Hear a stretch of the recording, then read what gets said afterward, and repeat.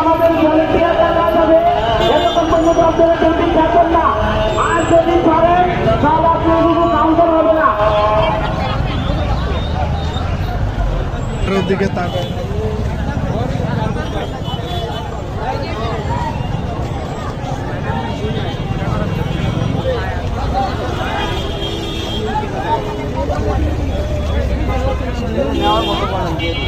রোগের সামনে যে সকল ভলেন্টিয়ার বাইরে আছেন আপনারা আর এই যে শিক্ষক আপনারা কাছে শুরু করুন।